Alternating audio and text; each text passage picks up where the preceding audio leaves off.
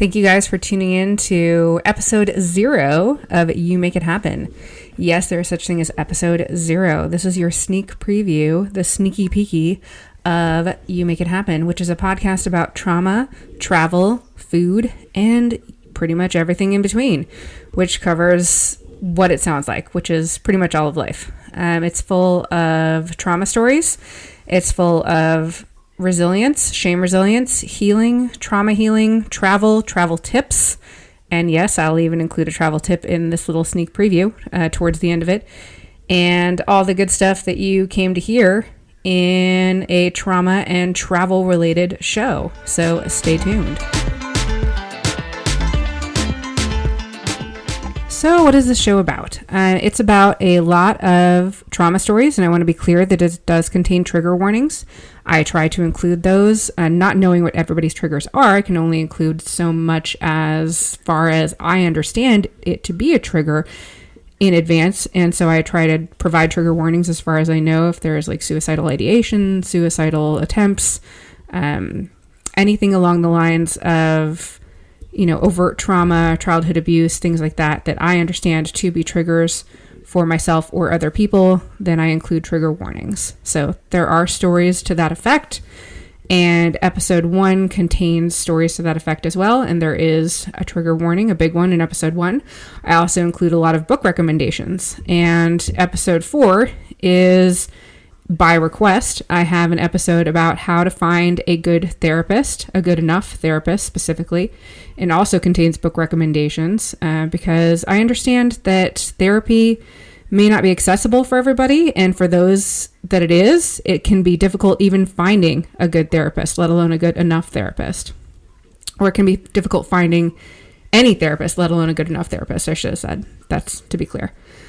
So I know what it's like. I've been through, I don't know if you'd call it a litany of therapists. I've been through a variety of therapists. I have done the legwork. I have made the 50 or so calls to different therapists when I was looking for one in a time of crisis, in a time of I had just been through a horrific trauma. I'm not going to go through it in this little sneak preview, but you hear a little bit about it in episode 1, just a little bit. I don't get into the nitty gritty details because it's really not necessary. And knowing what your trauma isn't even necessary to heal it.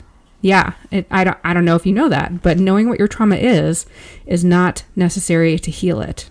Also, a little sneak preview into another episode, overt maltreatment is not necessary to cause lasting psychological damage and is not necessary to create childhood trauma. Overt maltreatment is not necessary to create childhood trauma. Yes, I know. That one is a little surprising to some, but I digress. And here we go with me getting off topic again, which is, something that happens a lot because those of us who have ADD or ADHD or identify as neurodivergent, ding, ding, ding, myself included, that happens. Neurospicy is one of my friends calls it. I love that term, by the way. Shout out to one of my friends. Also, we're going to have guests on the podcast. Yes, full circle. Here I come back, neurodivergently weaving it back through. We're going to have awesome guests on the podcast. I'm going to have a relationship coach. We're going to have somebody who has done a lot of her work and who has gone from severe anxious attachment to insecure, just like yours truly. The guests that I have lined up for the show do a great job explaining how their trauma recovery process really helped them. And they also touch on their experiences with travel, either wanting to travel or where they have been and how their trauma recovery process has helped them in their journey of travel as well. So I can't wait for you guys to hear the podcast. I'm really excited. I can't wait for you guys to hear about it and provide some feedback. I've got lots of fun stories coming at you and lots of not so fun stories, some great travel tips. And as I promised, even in this sneak preview, I've got a travel tip for you. So this goes out to everybody who is interested in travel, anybody who's experienced in travel, all of the above. Personally, in again, my personal experience, I have found that TSA PreCheck, if you're a United States citizen, is absolutely worth having. I think you can only get it if you're a U.S. citizen, and so I apologize to anybody that excludes in the group here. Since this is a podcast made in the U.S., I again apologize for any exclusion. But since this is something that's applicable to me as your solo budget traveler here. A lot of these travel tips are going to be solo budget traveling tips from my perspective. TSA PreCheck is invaluable. Now, let me caveat that with, I like to get this with global entry because I travel a lot internationally. So little additional tip, little tip within a tip, don't get TSA PreCheck if you haven't traveled before and you just plan on traveling.